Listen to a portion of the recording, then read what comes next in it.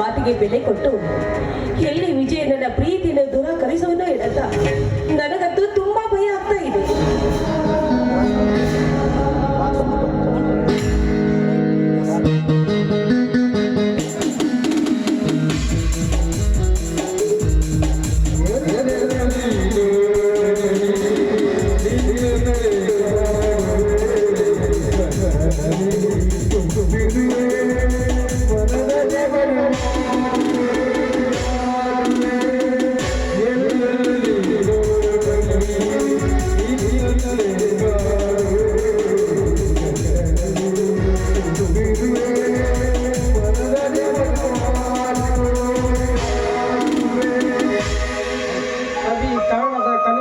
ರವಿ ಮೂಡದ ದಿನವೇ ಇಲ್ಲ.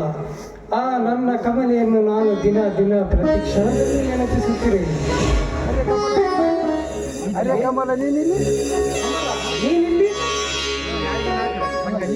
ಅಣ್ಣನಿಗೆ ಬುದ್ಧಿ ಕೊಟ್ಟು ಬರಲು ಹೋಗಿ ಇರಲಿ ಕಮಲ, ಮುಖವೇಕೆ ಹುಲಿಯನ್ನು ಕಂಡ ಅರಗಿಣಿಯಂತಾಗಿದೆ. ಏನು ನಡೆಯಿತು? ವಿಜಯ್, ನಾನೊಂದು ಪ್ರಶ್ನೆ ಕೇಳ್ತೀನಿ, ಅದಕ್ಕೆ ನೀನು ಉತ್ತರ ಕೊಡ್ತೀಯಾ? ಮಣ್ಣಿ ನಿಮ್ಮಣ್ಣ ನಮ್ಮ ಮನೆಗೆ ಬಂದಿದ್ದ. ಹೌದು, ಏನು ನಡೆಯಿತೆಂದು ಕೇಳಿದೆ. ಏನು ನಡೆಯಿತು ಕಮಲ? ನಿಮ್ಮಣ್ಣ ನಮ್ಮ ಮನೆಗೆ ಬಂದು ಹಣದ ಆಸೆ ತೋರಿಸಿ ಊರು ಬಿಟ್ಟು ಹೋಗಂತ ಹೇಳಿದ್ದಾನೆ. ಆಮೇಲೆ ನೋಡಿ, ಹಣದ ಆಸೆ ತೋರಿಸಿ ನಮ್ಮಿಬ್ಬರ ಮದುವೆ ನಡೆಯೋದು ಮದುವೆ ಮಂಟಪದಲ್ಲಿ ಅಲ್ಲಂತೆ, ಮಸಣದ ಮಂಟಪದಲ್ಲಂತೆ. ಅಷ್ಟೊಂದು ಮೀರಿ ನೀವಿಬ್ಬರ ಮದುವೆ ಆಗಿದ್ದೆ ನಿಜವಾದ್ರೆ ನಿಮ್ಮಿಬ್ಬರನ್ನು ಸಮಾಧಿ ಮಾಡ್ತೀನಿ ಅಂತ ಹೇಳ್ತಿದ್ದಾನೆ. ಓಹೋ, ಸ್ವರ್ಗಲೋಕದ ಬ್ರಹ್ಮ ಇವನು. ಇವನ ಕೈಯಲ್ಲಿಯೇ ಮಾನವರ ಆಗು ಹೋಗುಗಳಿರುವುದು. ಹುಚ್ಚಿ, ಇಷ್ಟಕ್ಕೆ ನೀನೇಕೆ ದುಃಖಿಸುವೆ? ನನ್ನ ನಿರ್ಧಾರ, ನಿಮ್ಮ ಮದುವೆ. ನನ್ನ ಅಣ್ಣ ನಾಗರಾಜನೇಕೆ ಎತ್ತ ಮಾತ ಪೀತೆಯರು ಬಂದು ಹೇಳಿದರು. ಅವರ ಮಾತನ್ನು ನಾನು ಧಿಕ್ಕರಿಸಿ ನಿನ್ನರಿಸಿ ನಾನು ಬರುವೆ. ಸಮಾಧಾನವಾಯಿತೆ? ಈಗ ನನ್ನ ಮನಸ್ಸಿಗೆ ನೆಮ್ಮದಿ ಆಯಿತೆ. ನಿನ್ನದೇನು ನೆಮ್ಮದಿ ಆಯಿತು ಮನ, ಆದರೆ ಇನ್ನು ನನ್ನ ಮನ ನಿಮ್ಮ ಮನ ಹಾಡಿದ್ರೆ ತಾನೇ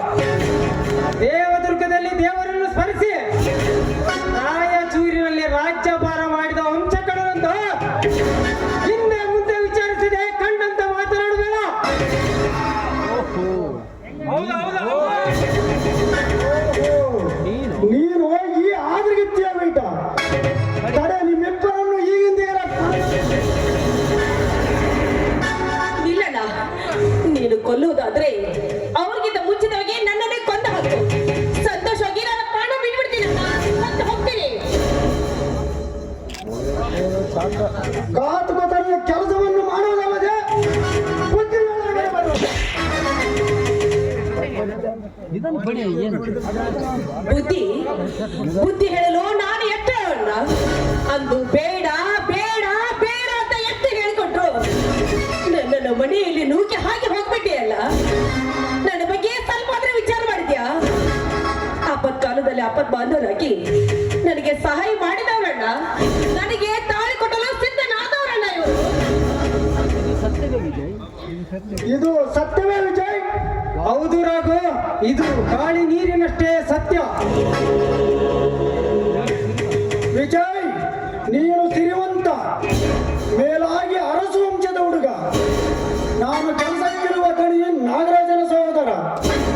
ನಿನ್ನಂತವರು ಈ ಬಡವರ ಮನೆಯಲ್ಲಿ ಹುಡುಗಿಯರೊಡನೆ ಲಗ್ನವಾಗುವುದೆಂದರೆ ನನಗೆ ನಂಬಲಾಗದ ವಿಷಯ.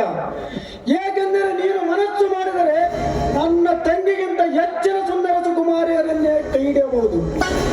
ಅಂಥವನು ನೀನು ಇಲ್ಲಿ ಈ ರೀತಿ ಮದುವೆ ಎಂದು ಮೋಸದಾಟ ಮಾಡುವುದು ನನಗಿಷ್ಟವಿಲ್ಲ. ಇದು ಮೋಸವಲ್ಲ ರಾಘು, ನನ್ನ ಅಚಲವಾದ ನಿರ್ಧಾರ. ಆದರೂ ನೀನು ನಾಗರಾಜನ ತಮ್ಮ. ನಾಗರಾಜನ ತಮ್ಮನಾದರೂ ನನ್ನ ವಿಚಾರಗಳು ನಾಗರಾಜನಿಗಿಂತ ಬೇರೆ. ಅದು ಹೇಗೆ ಸಾಧ್ಯ? ಹಾವಿನ ಬೆನ್ನ ಹಿಂದೆ ಹಾವೇ ಹುಟ್ಟುತ್ತದೆ ವಿನ ಹಸುವಲ್ಲ. ಆದಿಯಲ್ಲಿ ದೇವನಾದರೂ ಒಂದೇ ಗರ್ಭದಲ್ಲಿ ಜನಿಸಿದರು, ಪ್ರವೃತ್ತಿಯಲ್ಲಿ ಭಿನ್ನನಲ್ಲವರೆಗೂ. ಈ ಆಳು ಪುರಾಣ ನನಗೆ ಬೇಕಾಗಿಲ್ಲ. ನಾನು ಹೇಳುವುದು ಪುರಾಣವಲ್ಲ, ನನ್ನ ವರ್ತಮಾನದ ನಿಜ ಸ್ಥಿತಿ. ನನ್ನ ಮಾತು ನಂಬುರಾಗು, ನಾನು ವಂಚಕನಲ್ಲ. ಏನೇ ಆದರೂ ಈ ವಿಚಾರದಲ್ಲಿ ನಾಗರಾಜನ ಒಮ್ಮೆ ಬಾರಿ ವಿಚಾರಿಸುವುದು ಅಗತ್ಯ. ಅವನು ಈ ಮದುವೆಗೆ ಒಪ್ಪಲಾರನು. ಹಾಗಾದರೆ ನಾನು ಈ ಮದುವೆಗೆ ಒಪ್ಪಲಾರೆ. ಮನೆಯಲ್ಲಿನ ಹಿರಿಯರ ಮಾತಿನ ಮೀರಲು ಇಚ್ಛಿಸುವ ನಿನ್ನಂತ ನಡೆದ ಮೀರಿದವನ ಜೊತೆ ನನ್ನ ತಂಗಿಯ ಮದುವೆ ನಡೆಯಲಾರದು. ಹಿರಿಯರನ್ನು ತುಚ್ಛವಾಗಿ ಕಾಣುವ ನಿನಗೆ ಅತಿ ಸ್ವಾತಂತ್ರ್ಯ ಅಪಾಯಕಾರಿ. ಕಮಲೆ, ಬಡಿ ಮನೆಗೆ.